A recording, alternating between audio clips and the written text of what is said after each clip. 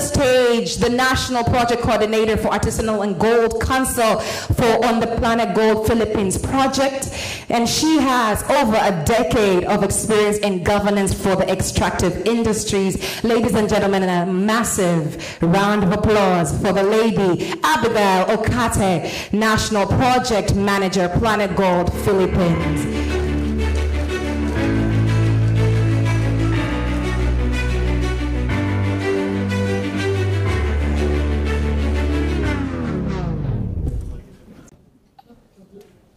So I'm sure most of you know that Planet Gold Philippines is part of a global program, a larger program, Planet Gold, because you've seen the Planet Gold Burkina Faso in the exhibit area. And Planet Gold, actually, gold in Planet Gold does not only refer to the commodity gold, but it stands for something. It's global opportunities for long-term development in the artisanal and small-scale gold mining sector. And the Planet Gold mission is to make small-scale gold mining safer, cleaner, and more profitable, with the vision of a clean global supply of gold from small-scale miners. So the program is funded by the Global Environment Facility. Hi, Anil. And it's currently implemented in 24 countries. And the Philippines is one of the first 8 countries that implemented the program, together with Colombia, Peru, Guyana, Burkina Faso, Kenya, Mongolia, and Indonesia. And for the second phase of program implementation, we added 16 more countries. Now, specific to the Philippines, the project duration is from 2019 to 2025. So we are already at the tail end of project implementation. And the project's main objective is to address key issues linked to continued mercury use in ASGM. And in terms of project governance, the government created 3 working committees. And that's the Project Steering Committee, the Project Management Committee, and the Project Management Unit. And also, I failed to mention that the project in the Philippines is implemented by UNEP and UNIDO in partnership with the Department of Environment and Natural Resources, or DENR, and specifically the Mines and Geosciences Bureau, or MGB, under the DENR. So going back to the committees, the Project Steering Committee basically is the oversight body for project implementation. It sets the strategic direction of the project. And it's also, it's the one approving the budget and the activities, the work plans for the project. It's composed of around 16 government offices, all with mandate related to ASGM. And also we have the PMC. The difference, basically the representatives in the PMC are the technical people working in the government agencies that sits in the PSC, and they're in charge of reviewing all project documents before endorsing to the PSC for approval. And then we have the Project Management Unit, which is the one in charge of the day-to-day operation of the project. And for the Philippines,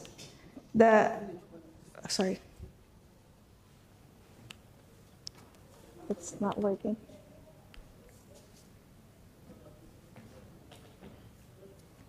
Yeah. So, and for the Philippines, the Project Management Unit, or the executing agency, is Artisanal Gold Council. And also just wanted to share that Artisanal Gold Council Philippines has been recently selected as executing agency as well for the development of the Philippine National Action Plan for ASGM, which is a commitment also of the government under the Minamata Convention.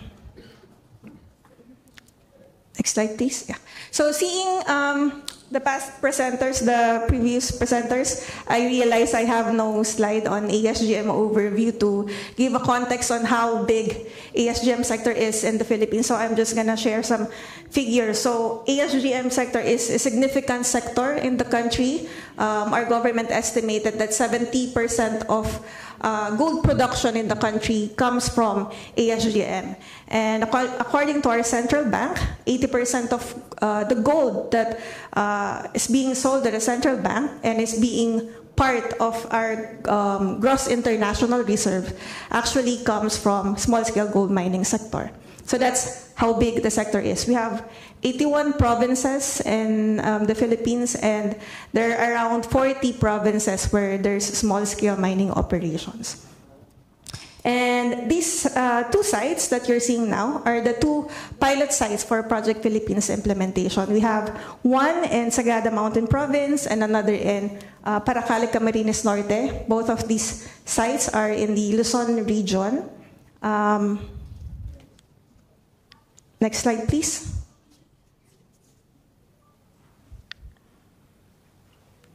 Yeah. Okay. And in both of the sites, we're supporting one small-scale mining association each. So for Sagada, we have 263 miners being supported by the project as members of the Northern Sagada Barangay Small-Scale Mining Association. And for Paracale, there's around 542 miners being supported as members of the Samahan ng Mga Minero sa Barangay Kasalugan, which is SMBC. And the difference between these two sites is Sagada is an IP community. And before the project started, Sagada is not using any mercury in their process. While for Paracale, use of mercury is very rampant when the project started, and their main method of recovering gold is really through amalgamation. So the project is assisting in the development of the ESGM sector by providing support in these four components. So, formalization, access to finance and markets, better technology and techniques, and communications and knowledge management. So for component one of the project aims to address formalization issues in the ESGM sector. The project recognizes that formalization is one of the major challenges in the ESGM, and that formalization will help miners have better access to government support and incentives. And at the same time, when miners are operating legally, it will help the government be able to better monitor the ESGM operations to ensure that they observe standards on environmental protection, health, and occupational safety. So under this component, the project team conducted assessment of the legal and policy framework. Hello? Okay. Okay, legal and policy framework governing the sector to be able to identify challenges and bottlenecks in formalization, and also help in addressing these bottlenecks through policy amendments. We've also conducted a series of policy workshops, not only at the national but the local level as well, so with the local government units. And results of both of this study and these workshops were shared and discussed with our partners in the government, and now currently serves as input in their discussion, ongoing discussion of the amendment of the small-scale mining law in the country, and to access information and services. So in these forums, several government agencies actually set up a booth as well, showcasing their different programs and services that the miners as well as the community members can access. So in each of the forums, there are around 16 government officials that set up their booth and provided their programs for the miners and community members. And also we're supporting the Provincial City Mining Regulatory Board, or PMRB. These PMRB are actually the oversight body for ESGM at the provincial level. So it's a multi-stakeholder group composed of the MGB regional director, a representative of a small-scale mining community, a representative of a large-scale mining community if there's one operating in the area, an NGO representative in the area, and also a representative from the provincial governor. And these PMRBs are the ones crafting local ordinances and policies relating to ESGM formalization and development. And for the PMRB workshops that the project supported, these are not only at the project sites, but these were done at the national level, so including PMRBs as well in other small-scale mining areas outside the project sites. So they're discussing action plans on how to improve their system and also sharing local ordinances within the PMRBs.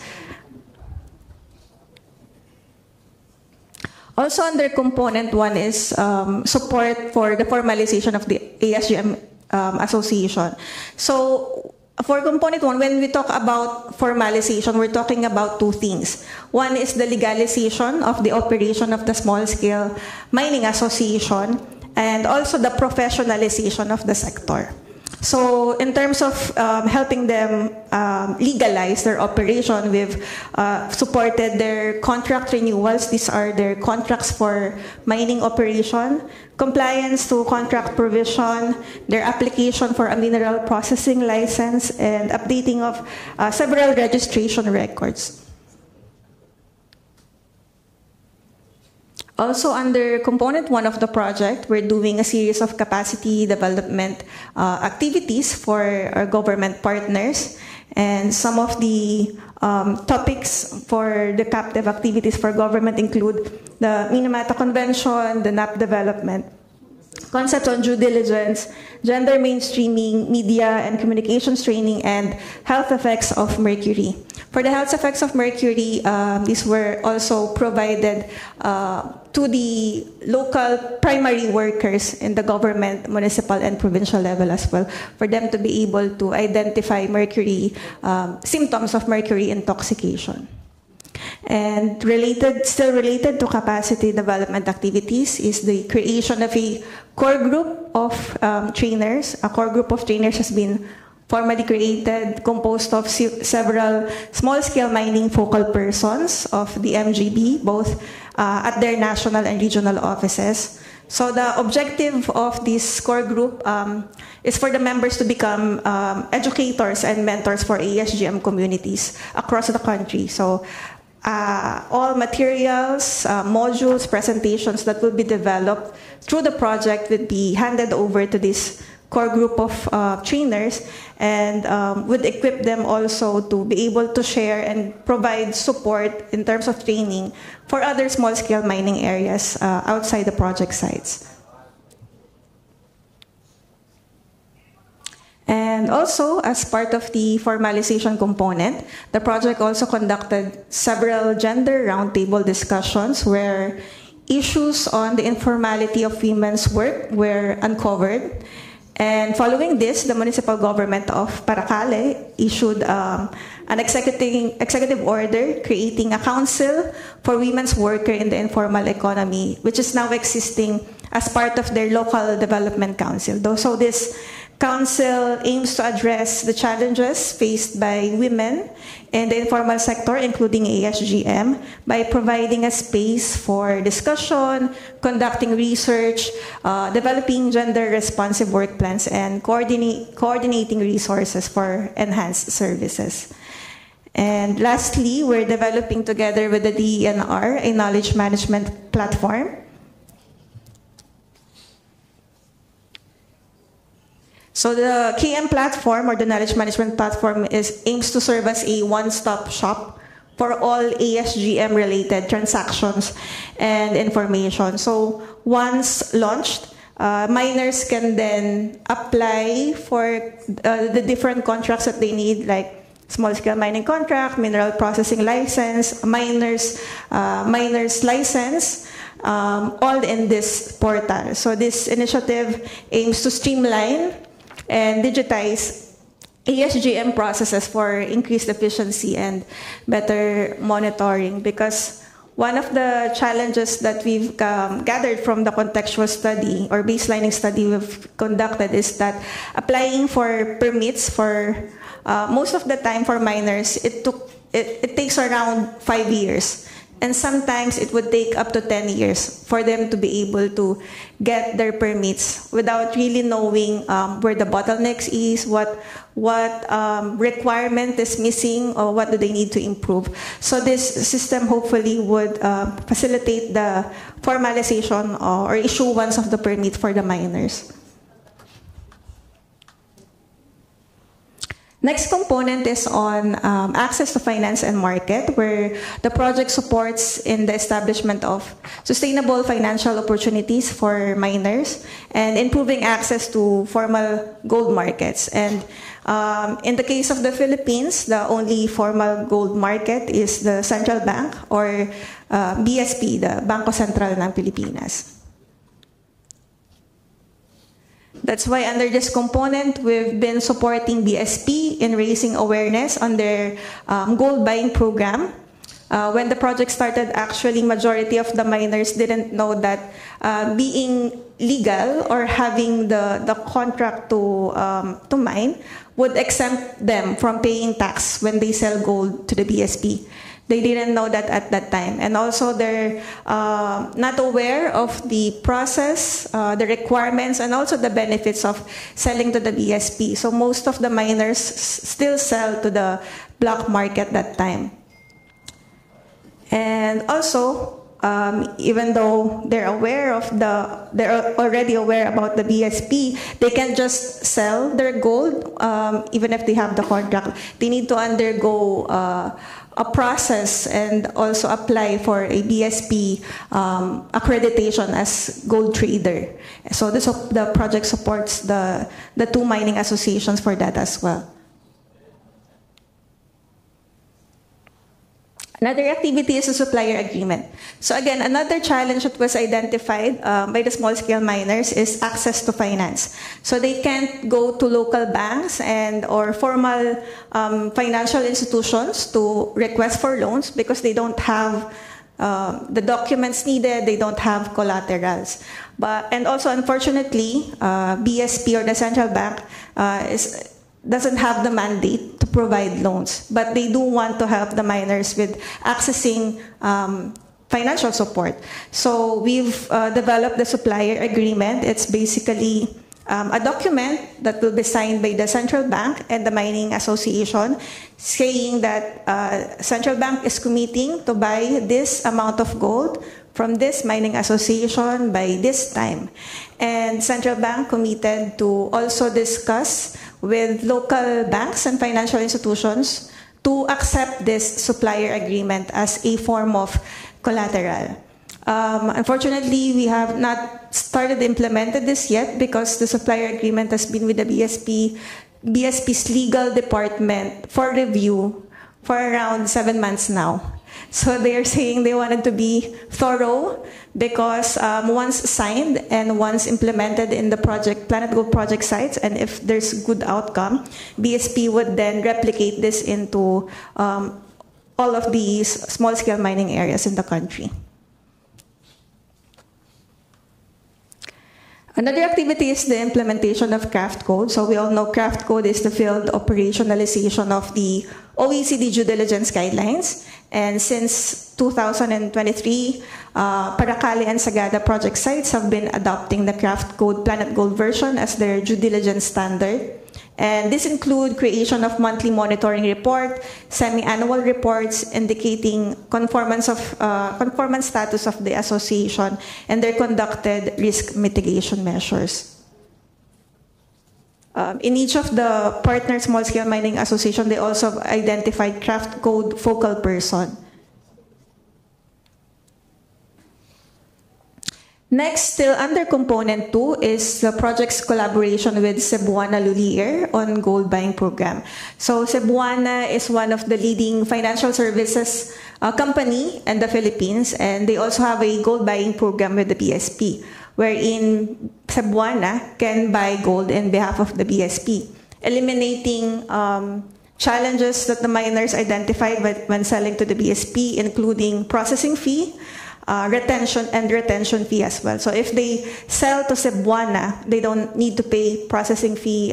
There's no retention fee. So better for miners. Also, when they sell to the BSP, BSP will pay them in check.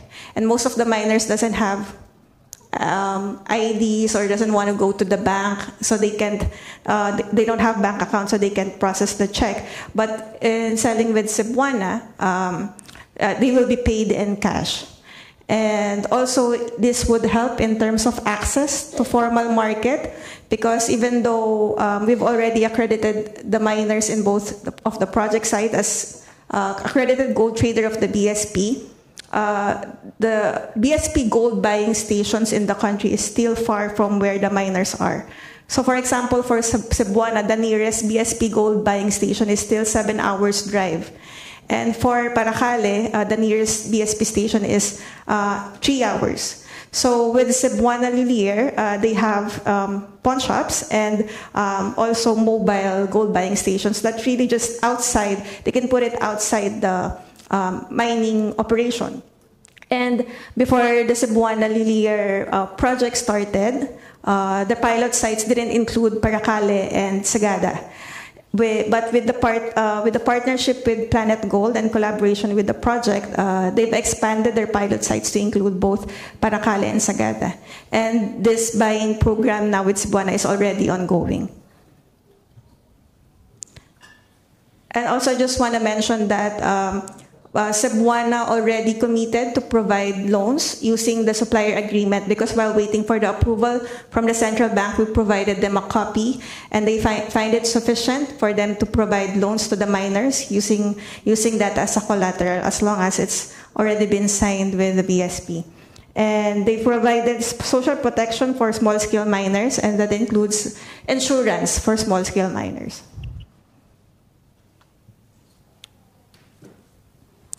Now for component 3, this is on better technology and technique. So the aim is really to improve local mining performance with productivity-enhancing mercury-free technologies and management techniques.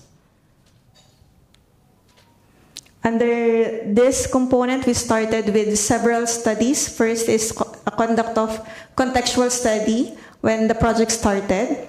This aims to provide baseline data on ASGM operations in the project sites. And data from this contextual study helped us identify key activities to implement in the project sites, and also strategize on implementation based on the context and nuances on the ground. Other studies include mineral resource assessment, land survey, which also helped in the design of the mercury processing system, and also a gender study on increasing women's visibility, access to, and support for work in mining communities.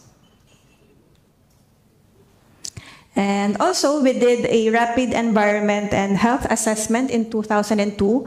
Actually, this activity is not initially part of the work plan for the project, but when we were doing the training for mercury effects, health effects of mercury, the municipal health officer raised a concern to us and also to our partner during that time in the conduct of the training, the Department of Health, that there's a high number of cases of cerebral palsy in the community, and it's a very small municipality. Paracale is a very small municipality, and they have high cases of cerebral palsy. So they wanted to know if this has something to do with the use of mercury in ASGM operations in their area. So we partnered with the Department of Health and pooled funds to conduct the assessment. So our Department of Health did the testing, all the testing for free. There were 35 residents, both miners and non-miners, including children who have cerebral palsy and those that doesn't have, and also gathered environmental and biological samples. And the results that there's alarming levels of mercury in all of the samples, both environmental and biological samples for all of the 35 sample population. So the results of this study was shared during one of the project steering committee meeting, where the provincial government or governor of Camarines Norte sits, and the provincial government then crafted an action plan to address the recommendations in the report. And also the status of implementing this action plan is regularly being shared to the Project Steering Committee for Planet Gold Philippines. And one concrete outcome of this is that they've already included mercury in the parameters for the regular monitoring of drinking water in at the provincial level. And also, we have capacity development activities specifically for miners as well. So for component 1, I've mentioned training activities for government partners, but we do have a series of capacity development activities for miners themselves. And in doing these trainings, we've partnered with several academic institutions and different government offices. So in total, we've conducted 52 capacity development activities, training already 281 government officials, not only in the project sites, but in other areas as well. And 518 miners were trained. So these are the list of trainings that we've conducted. And these training topics actually came from the miners themselves when we conducted a training needs analysis. These are the ones that they've identified. And also our partner from the ACADEM did a separate training needs analysis, and it conforms with the initial list of trainings where they're interested and they think they need.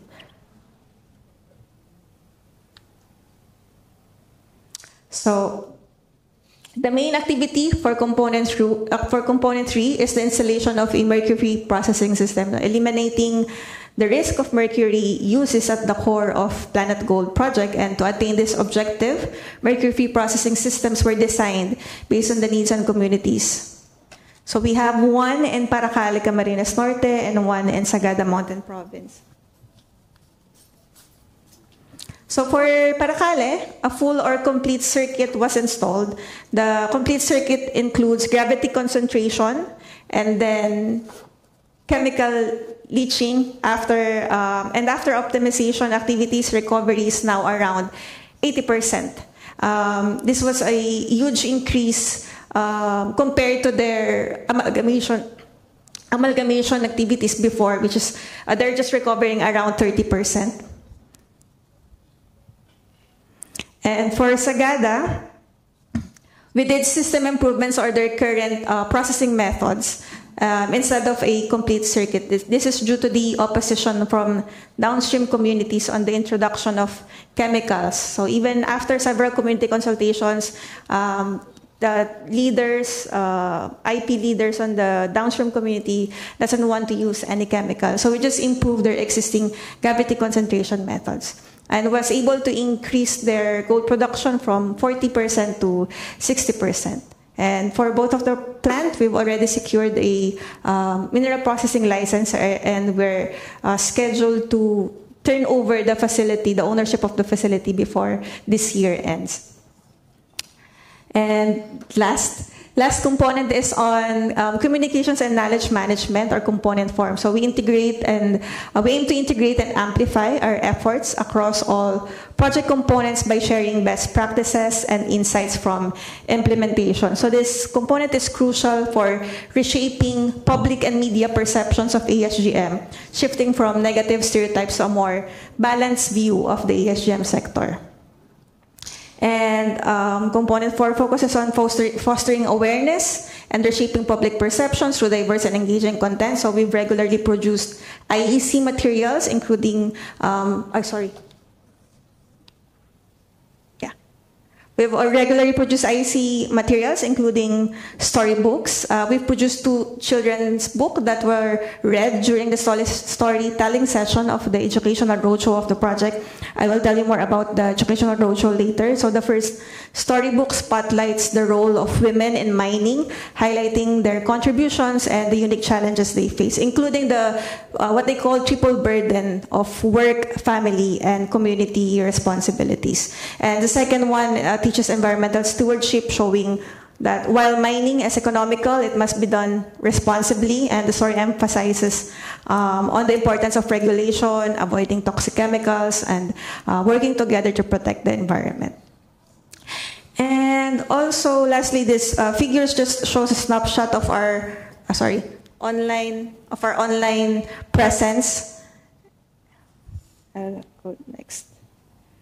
And these are some of the awareness campaigns of the project. We have ASGM Spotlights series. It's a monthly campaign by the project team conducted through Facebook, highlighting champions on ASGM, not only in the government, but in the miners as well and in the community members who serve as inspiring examples within the sector.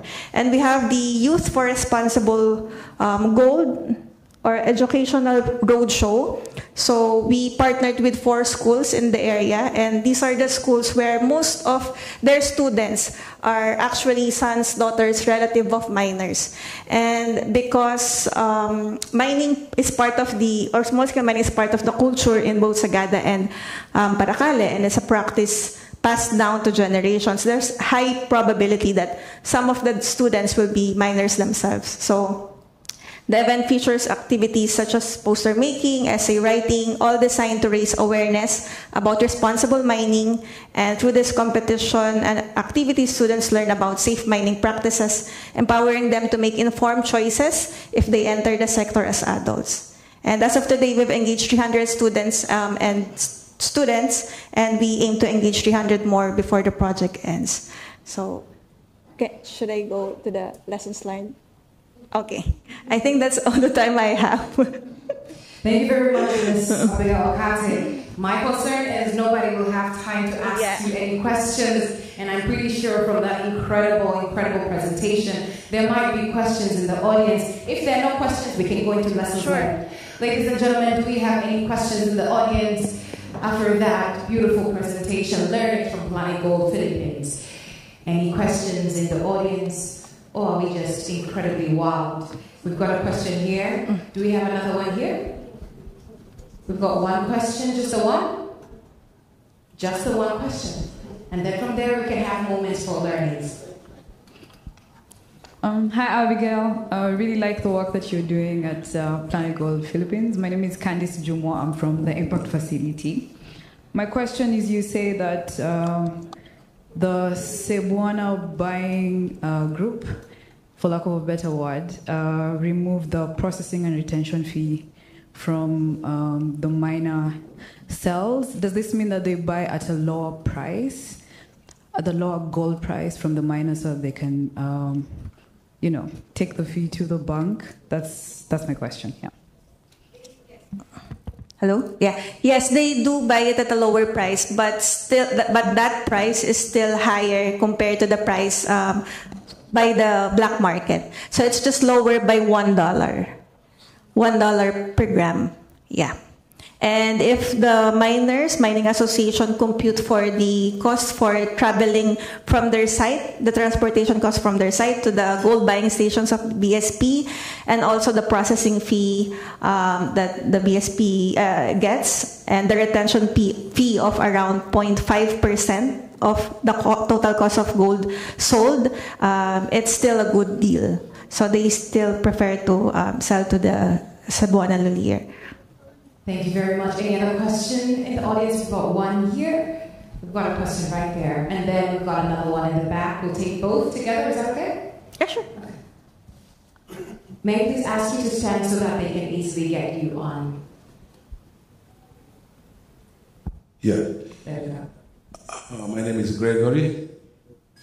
I want to just have more explanation on the supply agreement between the Central Bank of Philippines and the miners associations. I just want to know which model of financing do they use? I mean, do they give them the cash, or they do vehicle assets financing? Is there any collateral put by the association or the borrower himself? I just want to know deeply how we can do this, because in Tanzania, the Central Bank of Tanzania and the Federation of Miners Association, FEMATA, in which I'm working with, we have this project. So I just want to know. Thank you very much. Over to you. Thank you, Abigail, for a very insightful presentation. My question is related to capacity development activities, specifically for minors. So we all know that attendance in a training does not guarantee positive learning outcomes. So the specific question is, did you or do you also organize some kind of surveys or use other methods to assess behavioral changes or at least learnings among the minor communities post these trainings? So if you can share some insights. Thank you. Thank you. Okay, regarding the supplier agreement, the form of financing would come from the local financial institutions and the local banks who would accept the supplier agreement as a form of collateral. It will not be coming from the BSP. BSP will just be helping have this discussion with the local banks to get them to agree to accept the supplier agreement as a form of collateral. But we have not gone to yet to discussing the terms with a local bank or financial institution because the supplier agreement has not been signed. But for Cebuana Lulier, they've committed to provide loans through this once this signed, and I think it's through cash.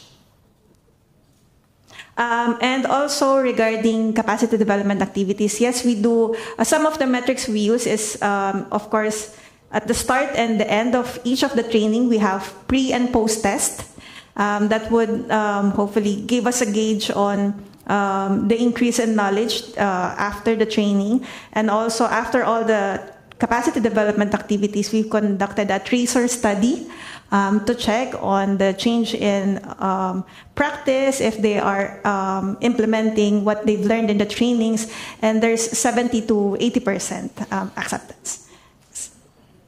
Thank you very much. And ladies and gentlemen, a hand of applause to Ms. Abigail Kate, learning from Planet Gold Philippines. And congratulations, you expertly navigated the clicker to go through the lessons learned because we could read them on screen. So just another hand of applause to that as well.